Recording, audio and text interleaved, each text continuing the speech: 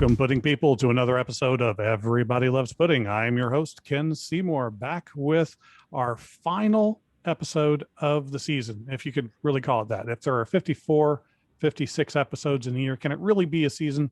I don't know, but I wanted to go out with a bang, and I couldn't think of a better way than having the guest that we have with us today, Mr. Mark Pellegrino. Thank you for joining us. Hey, thanks for having me. I have to admit, I'm particularly excited. I have been following the work of a number of different people, but specifically your career over the years has been of particular interest to me. You tended to flit in and out of certain projects that I know that face, and then eventually seeing you in the monumental behemoth that was Supernatural, and such a fantastic character, was just a joy to behold. Thank you. It was a joy to work on. So I think we should address the most important question that I think everybody really wants to know at the very beginning. What was it like to work with Nicolas Cage and Harvey Keitel on National Treasure? Yeah, you're right. That's the question on everybody's lips.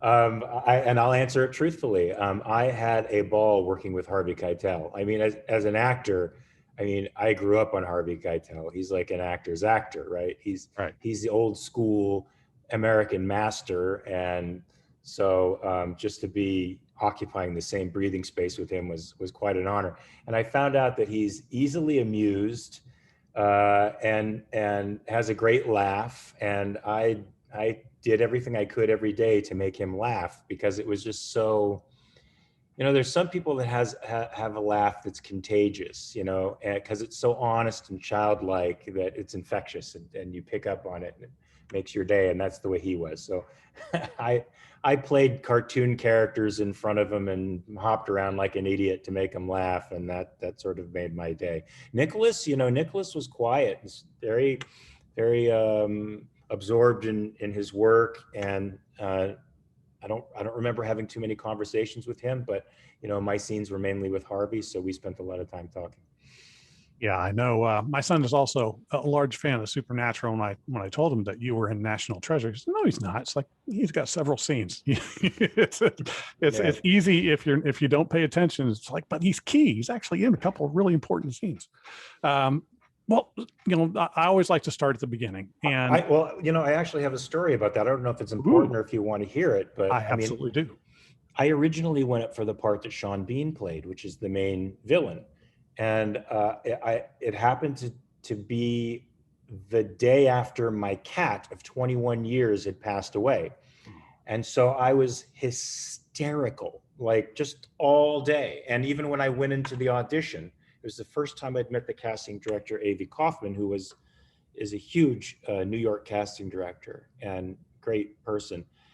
And I did my scene. It was fun. It was a good audition. And then I just broke down in tears and started crying like mad.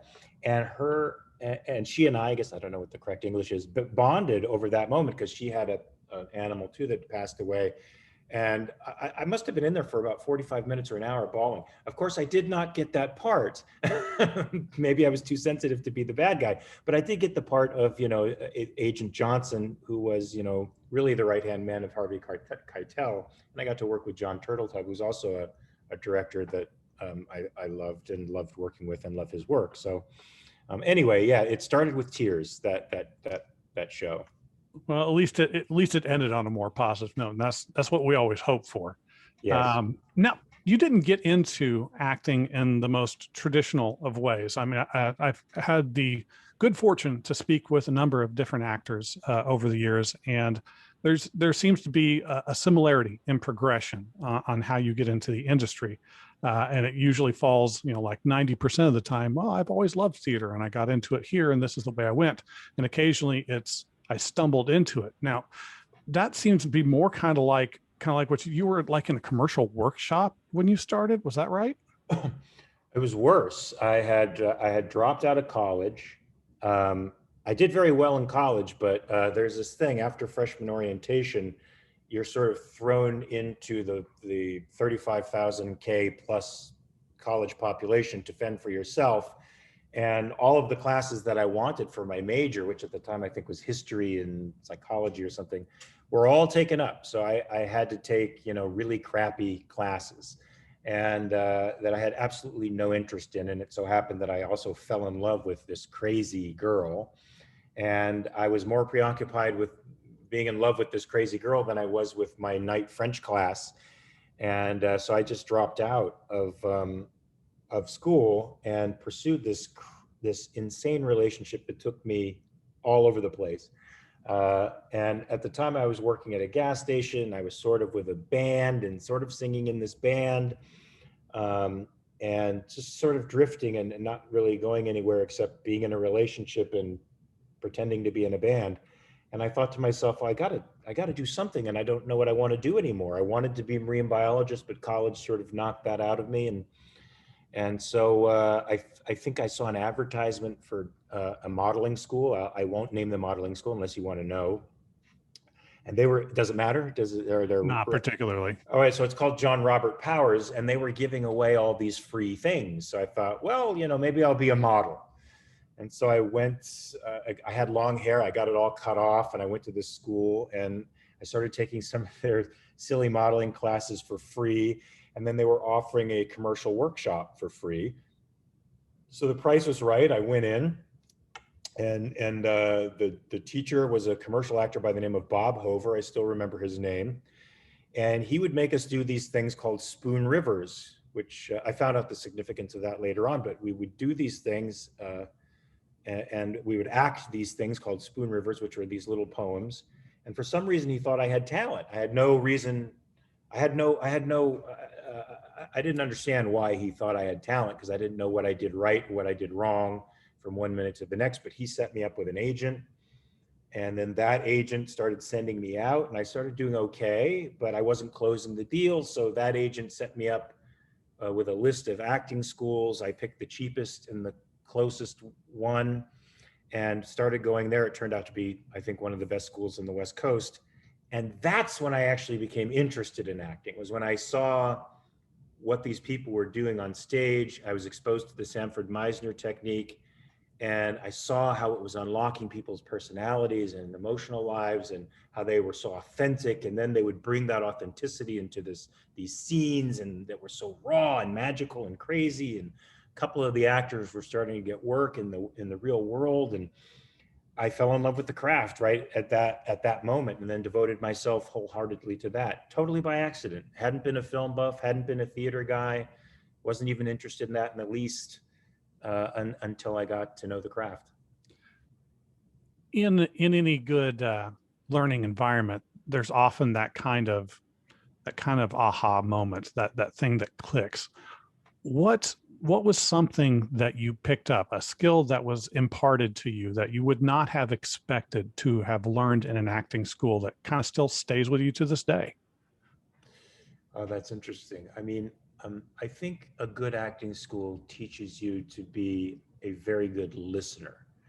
And I feel like you end up having a kind of ESP with people if you have developed your powers of listening and paying attention to a high degree. You can be a sort of an empath and really get a sense of what is going on with other people. And so I feel like whatever sensitivities I had from growing up the way I grew up were sharpened much more intensely, in the honing of my craft. And I feel like that skill and that capacity has served me pretty well later on in life. Also, I don't know if this qualifies, but you develop a faculty of courage getting up there, and that enables you to do so many other things, and that you take into other aspects of your life that enable you to press the boundaries in so many other areas of your life. So Now, did you get also, I assume that this would have been part of it. Did you get some live interactions? I mean, obviously we often talk about the movies and the television programs you've been involved with, but live theater is its own kind of entity that has a fantastic charm. Were there any productions you fondly remember back being a part of? oh yeah, oh god, tons. I loved doing theater. one of my favorite theater moments. We rented what is now the Hudson Guild Theater on Theater Row. It's one of the nicer theaters. We did a Vietnam. We did two plays, Botticelli and Medal of Honor Rag, and I played in Medal of Honor Rag, and that was a formidable experience. And then I did Shanley plays. So John Patrick Shanley, who wrote Doubt, and Moonstruck. He wrote some amazing plays that were perfect for 20-somethings who are just sort of lost, passionate, in love, trying to figure it all out. Dreamer Examines His Pillow, Italian-American Reconciliation are plays that I did that just, especially Italian-American. I played the part that was, I think, originated by John Turturro on Broadway. And it was a great part. It had it with a great arc and a beautiful message about love and finding yourself. And I think one of the most profound, I've had a number, the most profound experience I had was actually producing and working on Hamlet with my wife directing it. So we rehearsed that play for a year and a half. I read Hamlet cover to cover twice a day for a year and a half and rehearsed it with multiple people. And so we were sort of like a Moscow art theater where we would, rehearse things forever and ever and ever, and then finally put them up. And that was profound because after I did that, making Shakespeare's language your own, making it real and impulsive and active, is quite a feat. And once you do something like that, once you've grappled with those ideas and those emotions for real, it feels like there's nothing you can't do. And so that never lasts, but like for about 8 or 9 months after I did Hamlet, if I was ever walking into a situation that was a little nerve-wracking or difficult, I'd go, fuck, I did Hamlet. What the hell am I worried about? And then I'd go in there and do it. Well, that's actually kind of leading into a follow-up question. When you have a work that you're trying to tackle that is in a different time period, the language has shifted significantly, and current audiences are not necessarily trained to understand the context when it was written, the way that the language was conveyed. How do you try to breach that gap to make a connection with the audience? I think the more clear you are about what you're doing and what you're saying, the more clear it's going to be to the audience. I've read pretty much all of Shakespeare. I'm not, a Shakespeare scholar, but I can go to a play that I've read 4 or 5 times and know fairly thoroughly and watch the actors and not understand a word that they've said.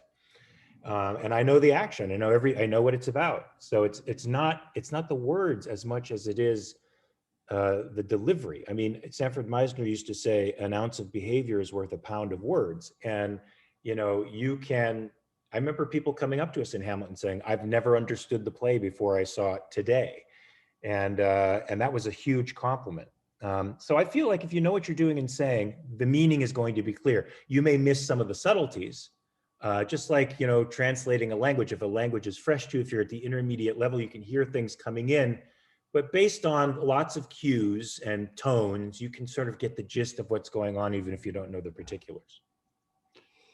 Yeah, there is a beauty to be found. It's just not always at the surface level, and it feels like we sometimes lose track of some of just the fantastic work that has come before, and in the day of remakes and relaunches of things that we're already comfortable with over and over again. It's kind of nice to think about that tradition continuing of some of the classics that will just hopefully stay with us forever. Now, as if they don't get canceled, they are trying to cancel the classics. It does feel that way at the very least. So here's a question. When you're going into an industry that can be so competitive, whether you're talking about just the classical theater industry or even into television and film, it often is the case that there will be people that will help you become a better actor, that will help you understand how the industry works, that will take you under their wing.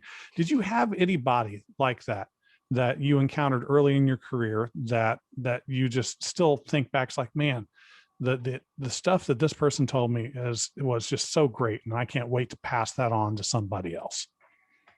I can't say that I did. I think the people I had initially in my, with the exception of my mentor, my teacher, my acting teacher, the people that represented me, I would I would not consider great human beings. And in part, I stayed with them because as an actor, I was insecure and wasn't sure if I could get anything better, probably suffering from self-esteem issues. But there was, my first agent was a bit predatory, and had a very a specific stable of guys in his clientele, and was a little predatory with them, and tried to be that way with me, and it nearly broke my heart, the way he tried to manipulate me. And my managers were fairly decent. The first one sort of strange exploitative couple, but the second one very good. And we just had a parting of ways as I moved up the ladder. But no one that I think gave me career guidance. No one that molded me or took me under his wing. I can think of an actor right now who's very famous, who got all that from the very beginning, and I would wonder, what is he doing that I didn't do? I mean, why is he getting special treatment from my teacher, and why is this manager sheltering him, and why is he having all these opportunities, and after only a couple of years, and something like that isn't happening with me? I don't know that there's any real answer to that, other than, probably luck, and maybe being more savvy and more aware of what he needed to do and be. I grew into that, just like I grew into understanding I wanted to be an actor. I grew into valuing the industry too, because once I was focused on my technique, and I didn't give a shit about anything else. And then it was years later, I said, oh, I gotta do something about my career too. And I didn't have people in my camp necessarily molding me for anything. So I had to start taking care of that, which I did, several years later. Well, when you have to fight for it, it just kind of makes you more appreciative of what you have. That's true. Actually, I will say my agent, who I followed, from Susan Smith to Metropolitan and to her own agency at Domain, she was really special. I have to say, she was special, and she would give me advice. And I'm not really up for people in the industry giving actors advice, but she knew that I would go into a room prepared to work, and that the producers were looking at me not as an actor, but as a potential roommate for 6 years. And it's like, do they want to live with this guy for 6 years? So she begged me to adjust my working methods to be more friendly to that very real condition of the audition process. And I did, and it changed my life for real.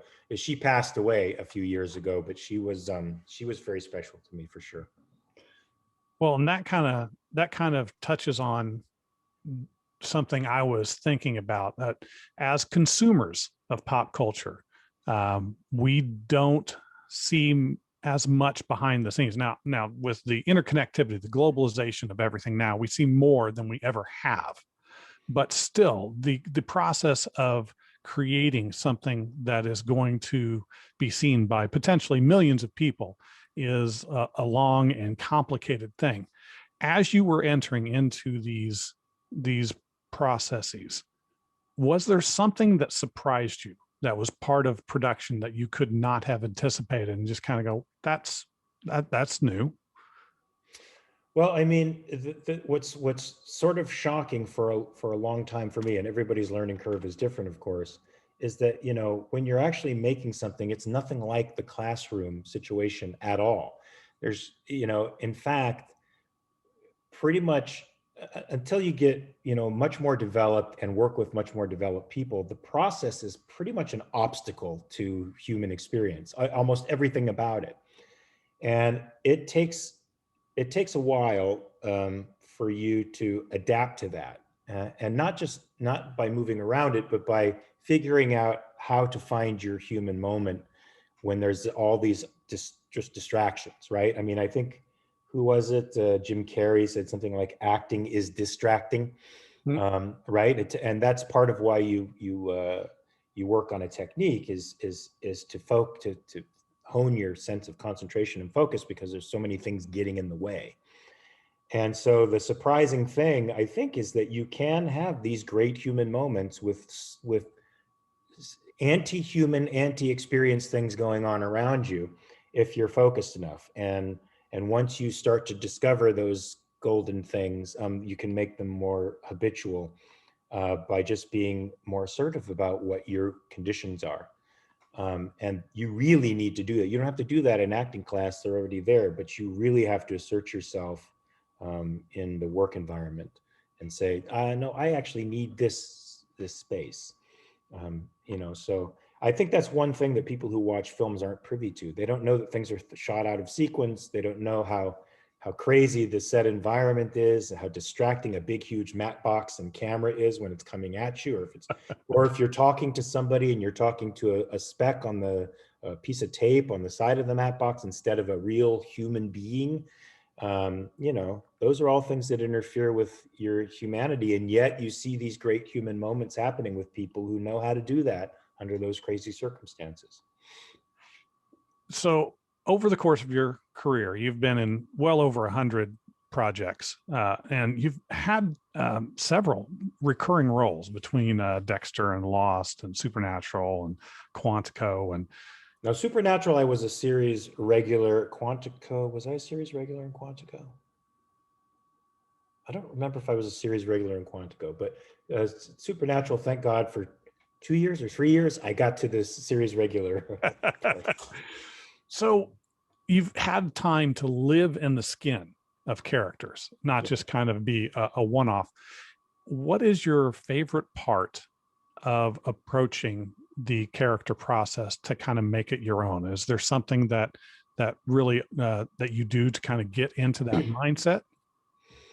Yeah, it's different for each part, and that's what's fun, is that the process is different for each thing. For Lucifer, um, I would basically go into a trickster mode for a couple of weeks before I went to work, and it drove my wife crazy, because I'd be sort of sadistically playing practical jokes on her all the time, and it drove her nuts. But that's sort of the impish thing that I brought to especially the latter Lucifer, the latter years.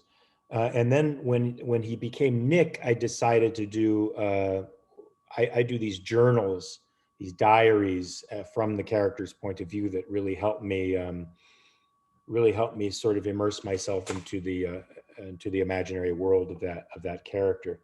It's sort of like fantasy work. Some of it's very active, but a lot of it's just writing and sort of embedding that experience in me, and then forgetting it and letting it seeing where that homework is taking me is often pretty exciting too. Sometimes it goes nowhere. Sometimes it comes out in the most unusual places. And I remember when I did Bishop for Being Human, they told me that that as a vampire, I was turned in 17th century England. And so I was like, cool. So I got Daniel Defoe's Plague Years, and I read all about London at that time, and I had written extensive diaries too, and knew where I was, what my profession was, where I lived, how the plague affected me, and the Great London Fire, and all that stuff. And that might be stuff that Stanislavski jettisoned early on in his experimentations with working on roles, but I find it very immersive, and it really helps me. Even it just helps me believe, it helps me believe. So yeah, each character is very different, and sometimes, if you have a characterization that's very strong, that can do a lot of the work for you. I remember Robert Duvall saying something about a character. He didn't find it until he wore the shoes, like literally during a fitting. in the shoes, there it all came to life.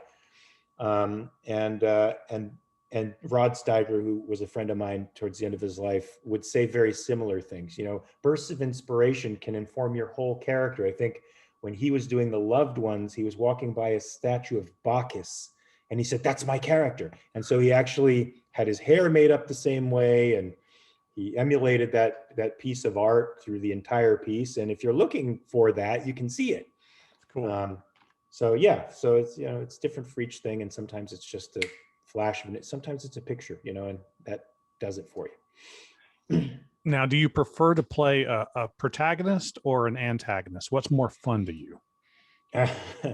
Well, I mean, I think the way we look at heroes, I mean, the person who drives stories are the antagonists, right? The heroes are reactive. I don't think that's the way it is in life, but that's the way we tell stories. And so the in film and television, you know, the antagonist is the most interesting part because he's driving it. He wants things.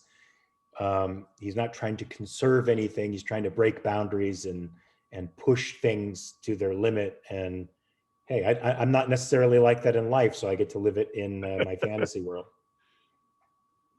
So, okay, I just I've got to ask this. I had somebody a friend of the show just wanted me to ask in these parts that you've played over the last couple of decades. Is there a nugget, a jewel that, you know, we know what we know you for because you've managed to have some great success with some of these big roles, but is there some small role that you had that you go, I really wish people would have seen this more because it was just so much fun? You know, yeah, I have a couple of those actually. I did this little film out in Texas called Bad Turn Worse. And I was the bad guy of the piece, I guess. I never think of myself as that, but I guess I was. It was this character. His name was, what was his name? Giff, I think. And he was like a cotton farmer in Texas. He owned a big cotton farm, but he was sort of like a feudal lord. And he had these long speeches with some really cool young actors. And he clearly liked to hear himself talk, but they were always a prelude to something terrible happening, and that he was about to do, or he's about to lower the boom on somebody. And I really liked that character. I enjoyed doing that. Normally I don't like talking a lot on film, but I enjoyed his poetry and his storytelling sense. It had a very Southern quality to it, you know, and I liked him a lot. And let me see, God, it's hard to go back over things. You know, one of my favorite characters that I played was on The Closer too. You know, it was about a 7 or 8 episode arc, but I played a combination of two of my favorite gay men, Tim Gunn and Carson Kressley, and I put those two together.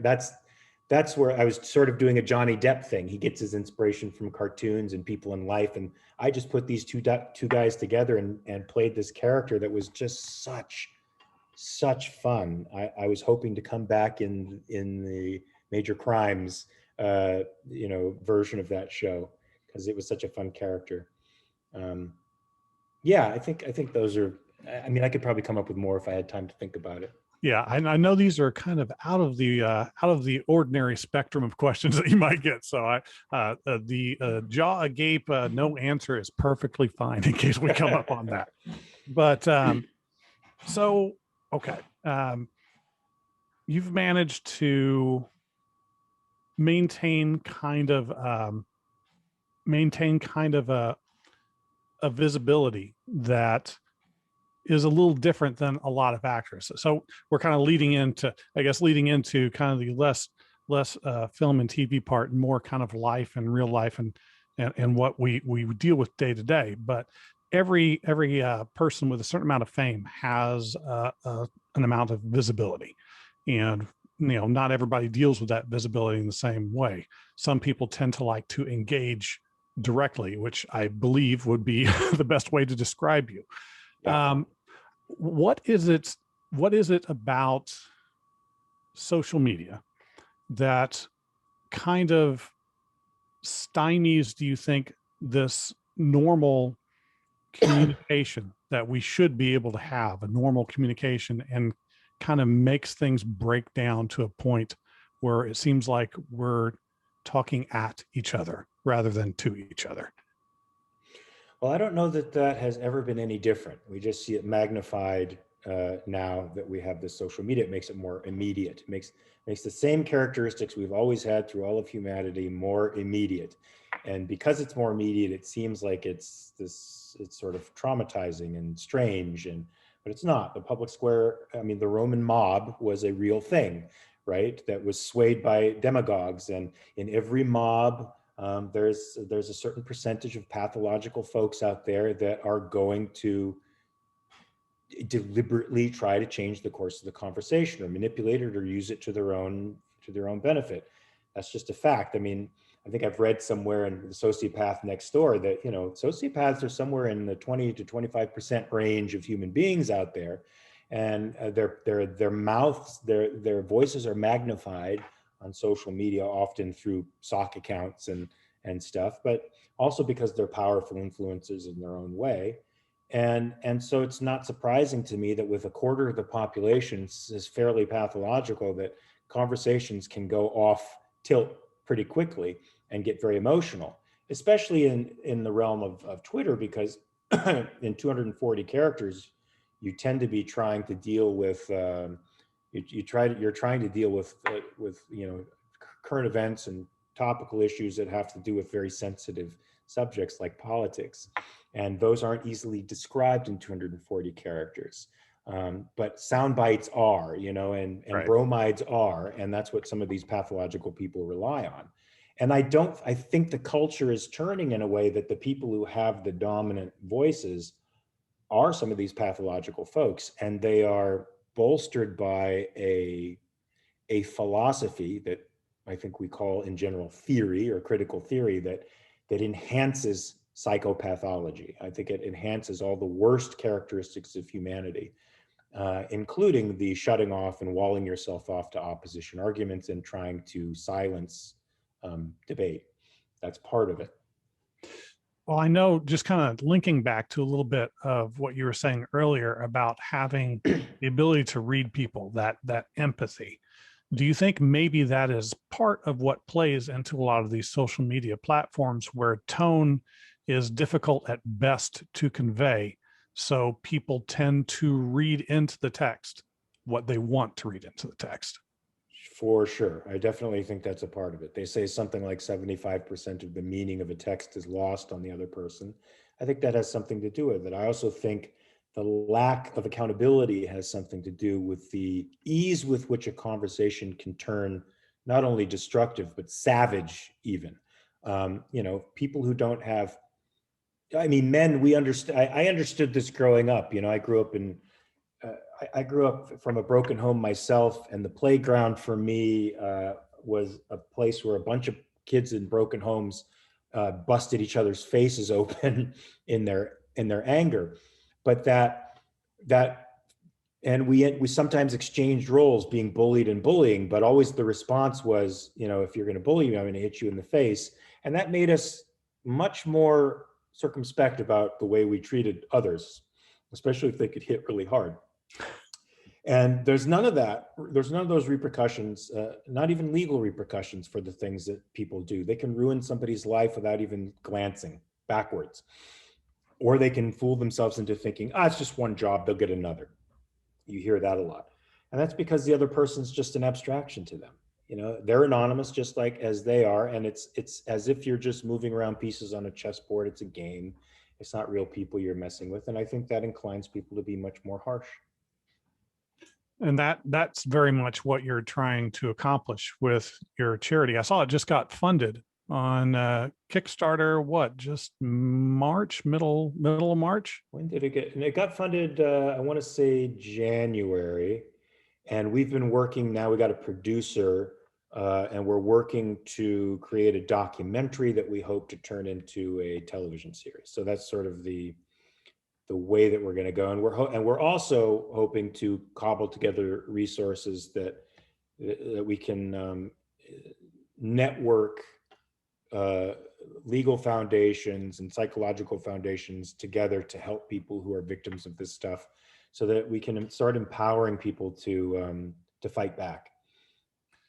How do you think that process would look? As I was reading through several interviews that you've done and listening to some of the other ones, one of the questions that occurs to me, when you have these large corporations that run the social media programs, their bottom line is the same as any other company's bottom line, is to be as profitable as possible while providing the basic service of whatever it is that they want to do. But how do you make it in their best interest to create this framework that protects everybody? Well, I would say this. I would say you can always make more money being honest than you can being dishonest. You know, when you're dishonest, you're fighting something that is that you really can't fight. It's called reality, and eventually it catches up to you.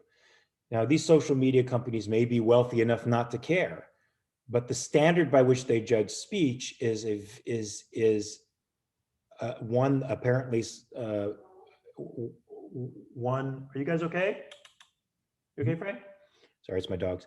It's, I guess the standard is like some algorithm or something that picks out language, and then they assess based on that.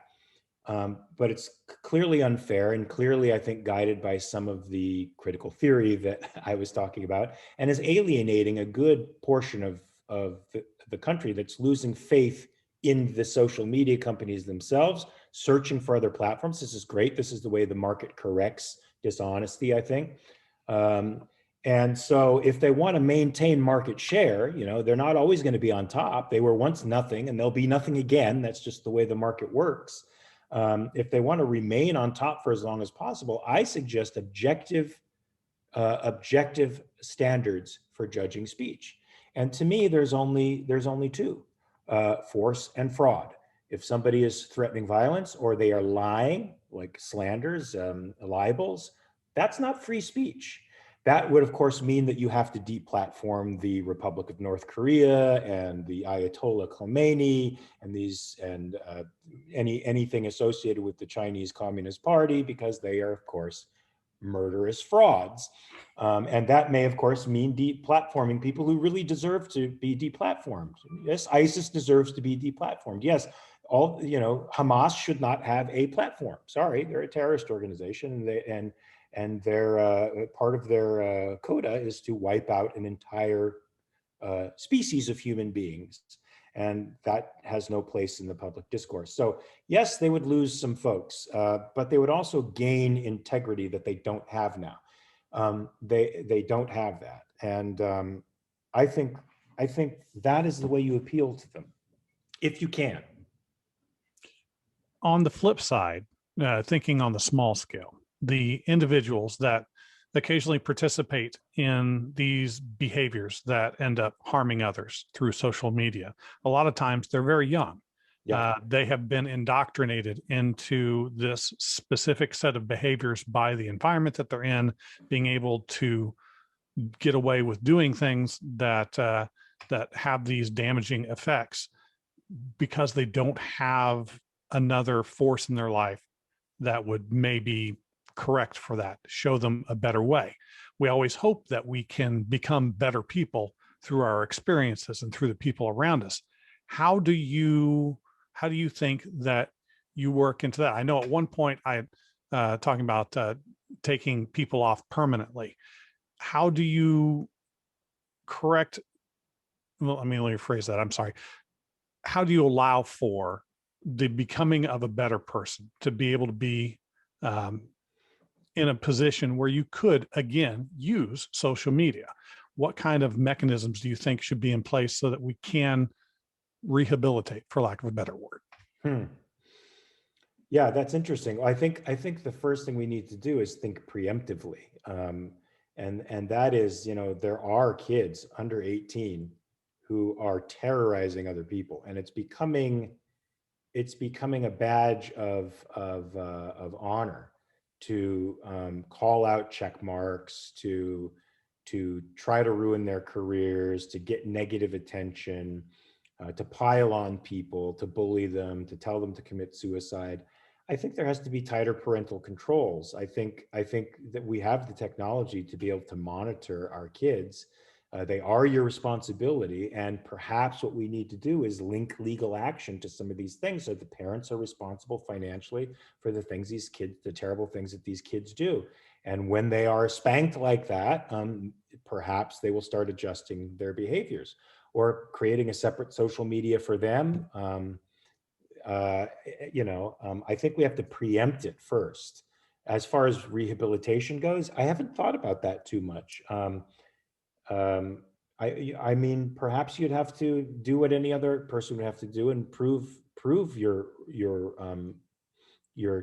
turn of conscience to somebody else, to somebody who could let you come on. I'm not sure how that would work yet, though. That sounds extremely complicated, and I don't know how we do that. I like to bring up the difficult questions. I'm lying. I never bring up the difficult questions. So a lot of how you approach things, obviously, just like anybody else, is based on the belief sets that we come across, right? And I've had this question for a little while now, just dipping into some of the philosophy that you have talked about in the past, especially in regards to objectivist concepts. So how would you say that, and this is going to seem like it's out of nowhere, but how would you say that a deterministic viewpoint would saddle with an objectivist philosophy? Not at all. I kind of thought that might be the answer. Yeah, in that and that's not denying the influence of events on a person, or of genetics, biology. All of these things are influential, but what they don't determine is your capacity to think or not, unless you have serious brain pathology, right?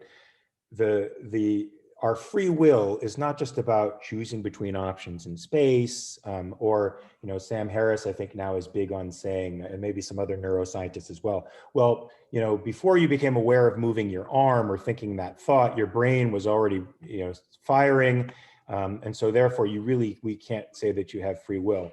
Well, of course, all morality is predicated upon the concept of choice, but what is the choice? The choice isn't just between objects in space, or between alternatives. It's between thinking or not. That's what the real choice is. Will I focus and work my way through this problem, or will I let it wash over me and just whatever sticks, and we're good? So, and that in that small little lever is everything, though. That's what can break you out of what the world is trying to tell you you're determined by. And I hear it everywhere. Biologists and psychologists are trying to tell me I'm determined by biology. And now sociologists and economists are trying to tell me I'm determined by my economic state, or my ethnicity. All of my ideas come out of this narrative that's determined. And it's not surprising then that they come up with these social systems that are barbaric to try to rework all that determinism through another thing that they think is going to mold and shape somebody. See, and that's one of the arguments that I've always found the most interesting, the argument between free will and determinism. And it's not something we normally talk about on the podcast, because we focus on superheroes and things. But I think it's a great topic, and it's fundamental today. I think the camps are roughly divided into those two areas. If you see collectivists and individualists, which I think is the basic political camps that are aligned, not in the mainstream, but I think in spirit, all the collectivists believe in determinism, and the individualists believe in free will. And it is a battle between Determinism versus free will. Yeah, it's one of those things that and we may actually never get the answer to, but I love the debate between it, and especially when that debate is taken from a point of good faith, being able to allow the other person to make their argument and truly consider it, which in the land of short attention span doesn't really happen so much anymore. Correct. But that is also kind of in a way what you've been talking about and dealing with for a long time. I mean, even I looked at one thing. It sounds like a goofy thing, but the discipline of mindset also kind of reflects in the discipline of physicality. I saw that you were in the martial artist mindset at some point. Is that accurate? Yeah. So what? Okay, now I'm going all over the place here. So I saw jujitsu, judo, karate, and kickboxing. Is that correct? I used to teach Taekwondo way back when, in my late 20s, early 30s. I haven't thrown a kick in 30 years, though. I studied a traditional form of jujitsu called Kodokan Jiu-Jitsu, which is much more focused on judo, but there are lots of chokes and arm bars and stuff, but it's very traditional. And I got up to just under my brown belt in there, and then I moved on.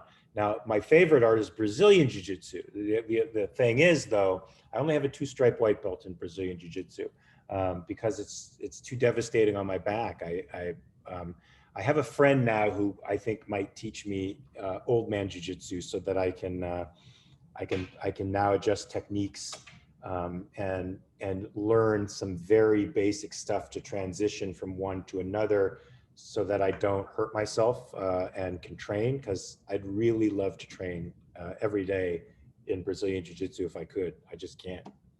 I remember being exposed to that for the first time. I think it was the first Ultimate Martial Arts in the Gracie's fight. That was kind of nuts. I was always really impressed by that. Where did you get exposed to? Well, see, that's ironic that you say that. I was teaching Taekwondo and I wanted to start, grappling. So after class, I used to take at Jun Chong, and I would study privately with this guy, JJ Perry. And when I eat from a green belt on, I was in his black belt class, and I would be training with other black belts that weren't his, but that he just had a black belt class. And he was phenomenal. He was one of the best martial artists I'd ever worked with. And so I wanted to grapple. And so I found out about the Gracies, didn't know who they were. This is 1992, I think. And I knew they had a studio in Torrance. So I drove all the way to Torrance, and I talked to Royce and Horian Gracie. And and they were like, we're going to train. They were huge salesmen. They were great martial artists and huge salesmen. They're like, we have these things in Brazil called jungle fights, and we're going to bring them here. And I was like, okay, cool. And I studied with them for, I want to say 2 or 3 months before I hurt my back really badly. But it was just freaky amazing. Like, I studied with Royce, who was became the UFC champion for a while. And one-on-one, like, he would have me in the room with this, green blue belt or something like that, and that's how I got hurt, because the guy grabbed me around the small of my back and yanked it, and it just killed me. Couldn't walk out of there. And then that's how I got exposed to it. And then later on, I tried it again. This is about 5 or 6 years ago. I went to the Beverly Hills Jiu-Jitsu Academy. My friend Scott Kahn is now a black belt in Brazilian Jiu-Jitsu. He studied there. And so I met up with Marcus Vinicius, and I started training with him privately and going to his classes. And I did that for about 4 months before I fucked my back up again. And that was bad. I did the first season of Being Human in Montreal with a back brace on the entire season. I'm starting to see a pattern here. Yeah. I think my back was messed up because I was doing 4 and 5 hours of jiu-jitsu when I was 18, traditional jiu-jitsu with throws and stuff. And then I'd go to work as a stock boy at Thrifty, picking up boxes, and, and then just one day it cracked and my back was never the same. Yeah, that'll definitely do it. Yeah. So, okay. So I got to end with just a handful of questions we like to ask all of our guests. They have ultimately very little to do with anything other than just kind of giving a bit of personality to the people that we talked about. Giving that's not right. Exposing, exploring. There we Okay. go. Much better. Okay. So okay, so let's start with the basics first. Uh, Linking back to the acting side of things, we talk about comic book films all the time. Have you been a fan of comic books at any point during your life? Oh yeah, yeah, oh yeah. I used to collect comic books when I was about 9 or 10. I used to collect Incredible Hulks, and my stepbrother would collect Daredevils. And we would go to the local comic book store and we would buy our batch of comics. I still have them. Some of them are worth hundreds of dollars. Still, I think the lowest. I think I have a number 6 Hulk, which is probably in Nice. near mint condition. That's pretty expensive still. And we would sit on Saturdays and Sundays in the summertime and read our comic books and sometimes draw pictures and stuff.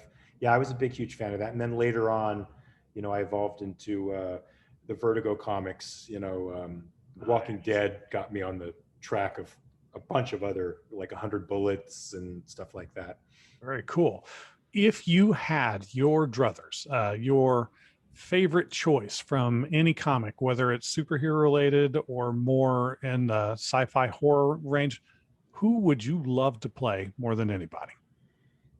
Wow. I mean, I would say the Joker, but after seeing not just Heath Ledger, but now Joaquin Phoenix's version, That I was don't know. stunning.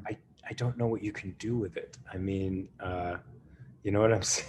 Yeah. It's on Heath's was poetic, and Joaquin's was just so visceral and deep, and even I hate to say it for such a nihilistic movie, but sympathetic and sad, and I can't look at Joker the same way anymore.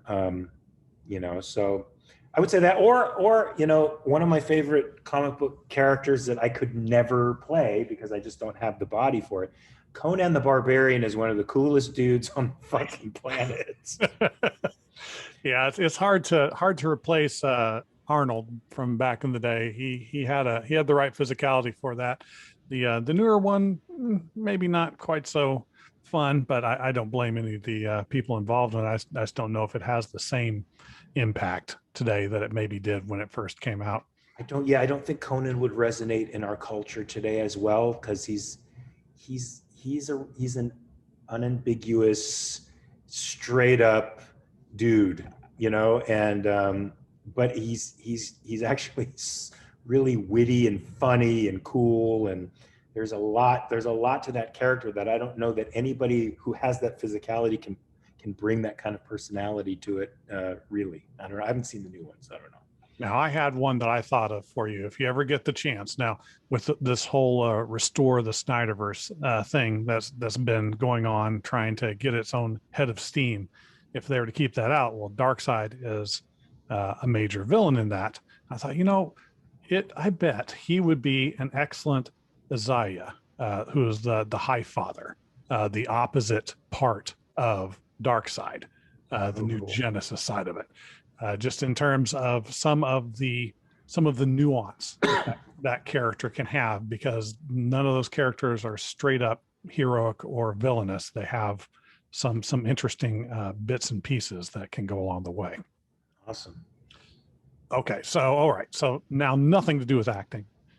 Everybody loves pudding. Sounds like it's about food, so we ask food question. Are you a pizza person? And if so, what kind of a pizza are you most affectionate for? Oh, my fans are going to love this because we argue about pineapple pizza all the time. First of all, I am a huge pizza fan, and you can put anything on pizza, and it's going to be fantastic as far as I'm concerned. But I'm going to irritate my adopted son in Italy right now. Charlie, I hope you're watching this. Give me that pineapple pizza. Give it to me. Charlie's having a heart attack right now. That's awesome. Well, I agree. Anything on a pizza short of concrete, and maybe even that might be just fine. I think concrete would work too. But all right, so all right, so the last thing that I will ask to that I just have to touch on because I am such a huge Supernatural fan. Um, when you were involved in the show, did you ever get an idea of the number of deaths that had kind of piled up over the seasons that occurred? No. Okay, so being the overly boring, I guess I've been described as, but I love to look at the numbers, and I did a kill count for Supernatural. Went through every single episode, completely broke down by characters, by creature types, every little thing. If you had to guess how many kills were in 15 seasons of Supernatural, what would you think that number would be? Well, I think I remember hearing something Dean's character died something like 200 times or somewhere in there. So I'd have to say, let's say, I'm going to go big. I'm going to say 150,000 kills. That's a very good guess. Now, in total, character deaths, major characters, if you add Dean into it, there were a total of 231 major character deaths over the 15 seasons. But if you include everyone that died, say, in the very fun scene you did in season 5, where an entire town gets sacrificed, I went into the census records and calculated that, among other things. If you go through the 15 seasons and include multiple worlds, somewhere around 334.4 billion. Oh, wow. I didn't go big. I didn't go big. I forgot about all that. We had alternate universes. There's all kinds of death going on in Supernatural. Yeah. Now, is this your own calculation or is this from Super Wiki? This is from me. The whole reason I did it is I saw the wiki and I looked at the numbers. Like, that's not right. I'm pretty sure they're off on that. So I have a episode by episode breakdown of exactly what, where, when, and why. Wow. So it's just, if you ever get bored or want to bore somebody else, take a look at it. It's a lot of fun. I know I died more than a handful of times. Oh, most certainly. I've got that listed in there too. But I want to thank you so much for taking the time to talk to us. Obviously, you're very easily recognizable on Twitter. If you want to know what Mr. Pellegrino is up to, you can definitely follow him on that. Don't forget to keep an eye out for his variety of different upcoming projects, but specifically the Guardian project. Definitely take a look at what's going to be coming with that. You said something before we started about some stuff for the Ayn Institute, wasn't it? Yeah, I'm going to be doing this little series called reality checks. So little philosophy bites, so to speak, about topics, sometimes current events, sometimes, bigger topics.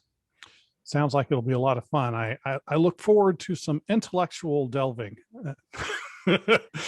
But anytime you want to come back and talk to us, you have something cool coming out, we would love to talk to you again and go over the details. And again, just thank you very much for coming to talk to us today.